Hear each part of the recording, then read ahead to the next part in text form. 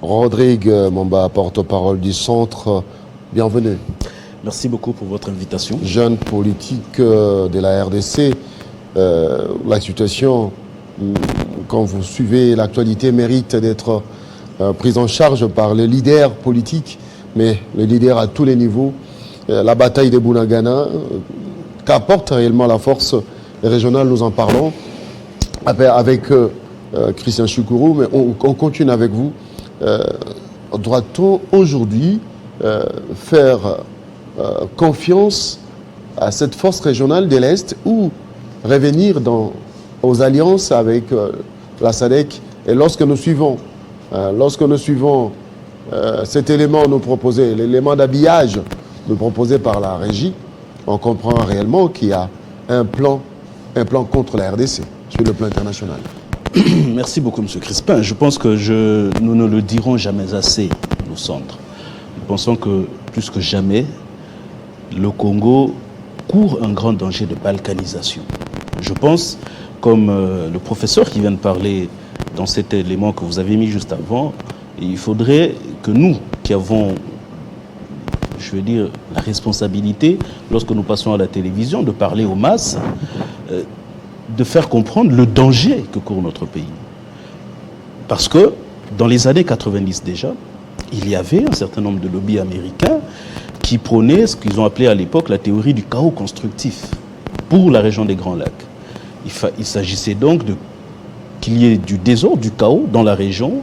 C'est ce qui a expliqué les guerres qu'il y a eu en Ouganda, le génocide rwandais, la guerre que nous avons connue à la fin de la décennie 90.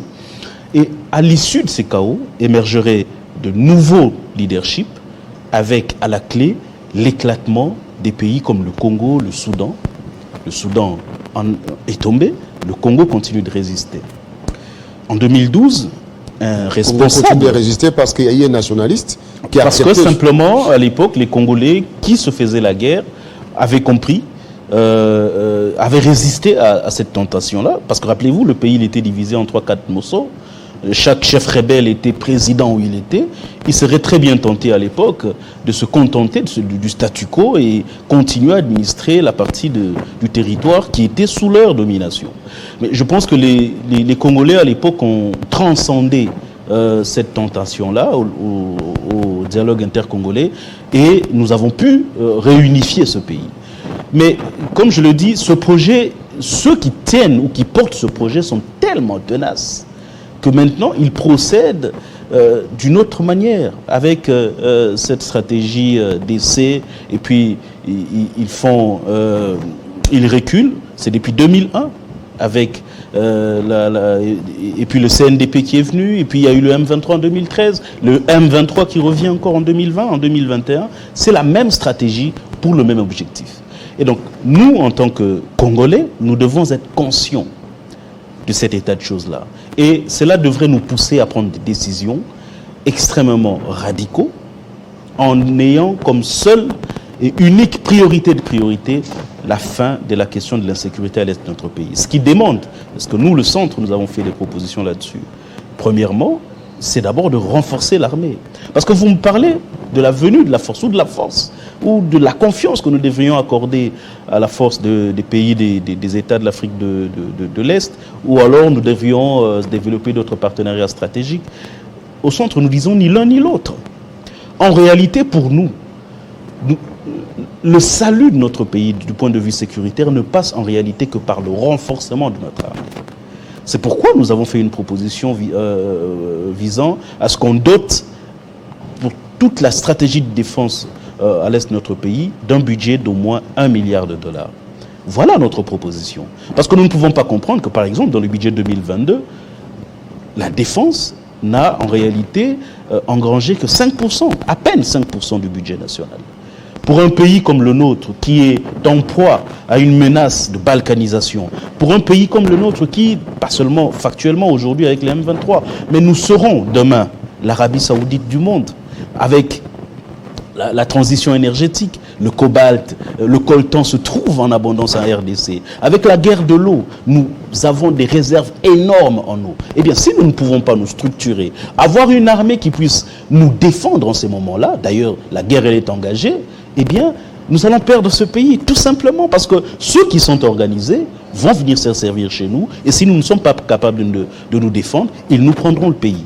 Donc c'est pourquoi nous pensons qu'il est extrêmement important que nous puissions, au lieu de continuer de miser sur des formules qui n'ont pas porté leurs fruits, parce que rappelez-vous, lorsque aujourd'hui on parle du processus de Nairobi, qui a produit la force régionale des pays des États d'Afrique de l'Est. Mais rappelez-vous, en 2013, il y avait un même processus à Nairobi, avec le même M23.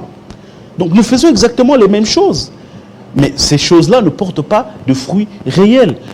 Même ceux qui vantent aujourd'hui l'apport de la SADC dans la défense de notre pays nous rappellent combien les pays de la SADC, quand je parle de la Zambie, du Zimbabwe, de l'Angola, lorsqu'ils se sont mis à nos côtés, lorsque nous subissions encore une guerre d'agression, enfin la guerre d'agression que nous avions dans les années 98, avec les RCD et les autres. Mais on ne se pose pas les questions sur les dividendes de l'effort de guerre que tous ces pays ont engrangé en venant sur notre sol. Prenons du côté rebelle. Les Rwandais, les Ougandais se sont battus en pleine ville de Kisangani pour nos richesses. Ceux qui étaient du côté des forces gouvernementales, je vais citer l'exemple du Zimbabwe. Mais qu'est-ce qu'ils ont engrangé? 45% de la MIBA dans la Sengamine pour le Zimbabwe, comme butin de guerre. Et on ne se pose pas la question, ces Kenyans, ces Ougandais, ces Burundais, ces Sud-Soudanais qui viennent chez nous, mais c'est pour quel intérêt? Il faut qu'on se pose ces questions-là. Ce sont les véritables questions qu'il faut se poser. Non, pas du tout. Ils ne viennent pas pour nos beaux yeux. Donc la solution pour nous, c'est dans le renforcement des capacités de notre armée. Et à ce point de vue-là, ou bien sur ce point précis, le reproche ne peut être fait qu'au gouvernement de la République. Parce que c'est à lui d'assumer cette responsabilité. Le gouvernement de la République doit assumer ses responsabilités. Est-ce que nous sommes partis pour connaître encore l'échec où nos forces armées peuvent être à renforcer? Parce qu'en écoutant Chikuru, il faut du temps pour renforcer l'armée congolaise. Tout à l'heure, avant de rentrer, j'étais en train de regarder le classement des armées africaines. Toutes ces armées des forces de l'Afrique de l'Est sont toutes derrière nous. Toutes. Nous sommes à la 11e position et il n'y a aucun pays de cette force qui va venir qui est devant nous. Ni le Kenya, ni même le Rwanda lui-même, ni l'Ouganda. Tous ces pays, il n'y en a aucun qui puisse être devant nous. Maintenant, c'est à nous de faire les choses avec diligence. Il faut mobiliser. C'est à nous de faire les choses avec diligence. Mobiliser les fonds, mobiliser les hommes. Nous avons un budget de 10 milliards. C'est incompréhensible que nous n'ayons pas au moins 1 milliard pour l'armée. Nous aurons un budget l'année prochaine de 14 milliards. Le Premier ministre est à l'Assemblée nationale pour ça. Nous pensons que s'il n'y a pas au minimum 1 milliard pour la défense de l'Est, c'est encore une faute. Donc, nous pensons qu'il faut mobiliser ces moyens en urgence. Parce qu'en réalité, toutes les solutions qu'on a proposées ici, les nouvelles alliances stratégiques, ne seront en réalité que des relations. Alors, quelqu'un que j'avais reçu ici, c'est l'abbé Baala qui disait, pour gagner la guerre, premièrement, il faut l'argent. Deuxièmement, il faut l'argent. Troisièmement, il faut l'argent. Donc, il faut donner les fonds, il faut des moyens suffisants et conséquents. Je vous ai dit, d'abord factuellement, parce que nous avons le M23, donc le Rwanda, dans notre pays, qui nous agresse.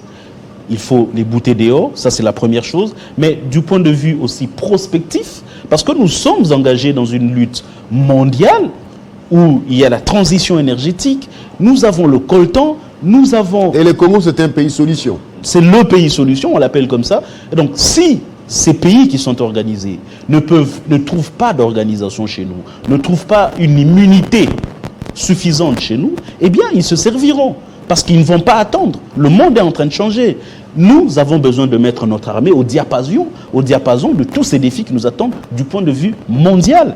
Voilà, au fait, la vision du centre. Donc, nous pensons qu'il faut transformer stratégiquement notre armée pour la mettre au diapason de tous ces défis qui nous attendent. Et pour l'instant, ce n'est pas ce qui est fait au niveau du gouvernement. Le Congo est en guerre contre le monde, c'est-à-dire les forces obscures qui sont les forces fortement industrialisées et qui applique la politique faites la guerre par procuration. Passez par les Rwandais, M23, mais au fait, derrière, ce sont les forces obscures, très puissantes, mais qui attaquent le Congo. Là, il faudrait que le Congo s'organise pour réellement répondre face à cette menace, mais être réellement très bien organisé à l'interne.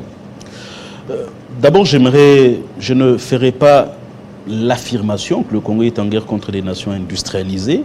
Je pense que le Congo est en guerre contre des individus qui peuvent être soit affiliés à des nations, soit qui sont des hommes d'affaires véreux, tout simplement, qui sont à la tête des multinationales ou membres des multinationales et qui, en réalité, alimentent cette situation parce qu'ils y trouvent leur compte. Je pense que cette nuance-là est importante. Mais oui, je pense que le Congo est en guerre, pas contre le Rwanda directement, parce que le Rwanda, c'est 10 milliards de PIB.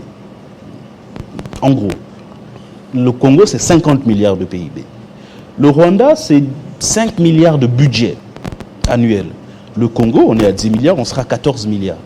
Le Rwanda n'est même pas dans le top 30 d'armées africaines. Le Congo est 11e. Je ne vois pas le Rwanda nous battre militairement, s'il n'est pas soutenu par des forces beaucoup plus fortes qu'elles-mêmes et peut-être beaucoup plus fortes que nous-mêmes. Voilà la réalité. Et le Congo, le Congolais que nous sommes, doit être conscient de cette réalité-là. Et que peut-être qu'il est temps, parce que c'est l'appel que nous avons fait au président de la République, c'est lui qui c'est lui qui doit en avoir l'initiative. Peut-être qu'il est temps, j'ai vu en Ukraine, ils sont en guerre contre la Russie, j'ai vu les opposants, tout le monde se mettre derrière le chef des armées pour combattre un ennemi commun. Il y a un problème au Congo, c'est que nous sommes extrêmement divisés aussi. À part la faiblesse de l'armée, nous sommes nous-mêmes aussi extrêmement divisés politiquement. Et cette division, en réalité, nous fragilise du point de vue institutionnel. Et nous avons besoin de cohésion nationale aussi, en interne, du point de vue politique et social. Doit-on faire des assises comme à l'époque du président Kabila qui avait convoqué les concertations nationales? Je pense que le président de la République a un éventail très varié d'initiatives pour pouvoir arriver à unir les Congolais derrière cette cause commune qui nous engage tous. La cohésion nationale. Si c'est des assises, tant mieux. Parce que, rappelez-vous, lorsqu'on a rupturé la coalition FCC-CACH pour renforcer les pouvoirs du président de la République, parce qu'il estimait que dans cette situation de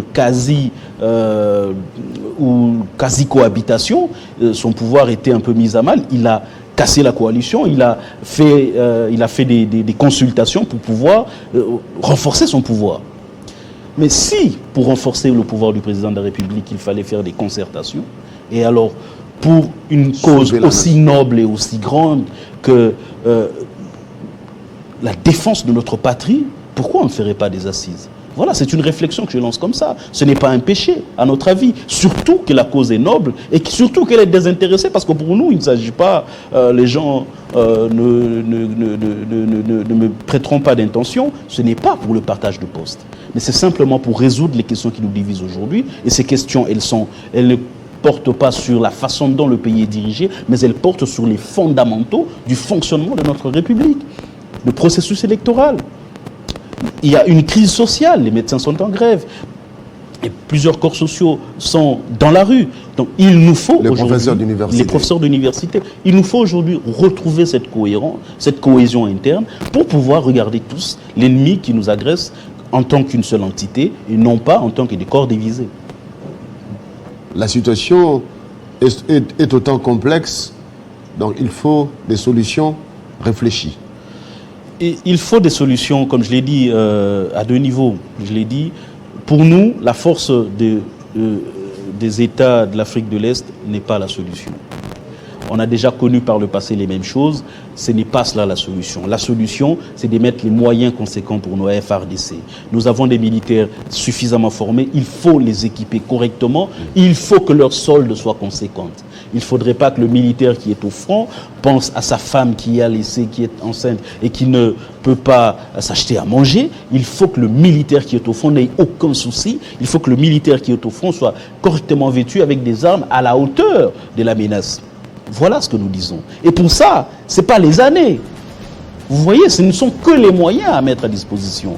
Voilà notre approche. Et deuxièmement, l'approche, c'est une cohésion interne qui est nécessaire parce que le processus électoral nous divise. Eh bien, il faut absolument mettre tous les camps autour d'une table et pouvoir aplanir les divergences pour nous permettre justement, vous savez, 2023 c'est l'année prochaine. Il ne faudrait pas qu'à l'issue des élections de l'année prochaine, la crise que nous connaissons aujourd'hui soit pire que celle que nous vivons actuellement. Merci beaucoup. Merci beaucoup Rodrigue Mamba, porte-parole du centre, pour ces éléments. Merci beaucoup. Mesdames et messieurs, ça n'est donc fini avec Kinshasa Direct. Oui, la République démocratique du Congo doit réellement se mettre autour d'une table pour organiser la cohésion nationale et attaquer l'ennemi commun qui ne vise que la balkanisation de la République démocratique du Congo et aplanir les différends. C'était ça, la compréhension des analyses faites ce soir par Rodrigue Mamba, porte-parole du centre, à qui nous avons dit merci et merci à vous d'avoir suivi ces programmes de partout à Kinshasa, à l'intérieur du pays, à l'extérieur du pays. Et oui, Télé 50, c'est votre chaîne de prédilection. Et pour comprendre l'actualité du Congo et l'actualité de la République démocratique du Congo, eh bien, c'est Télé 50, votre chaîne, la meilleure des chaînes panafricaines. Restez restez branchés parce qu'à 19h, c'est la présentation de la grande édition du journal avec beaucoup de professionnalisme, beaucoup d'informations. Mesdames et messieurs, au revoir.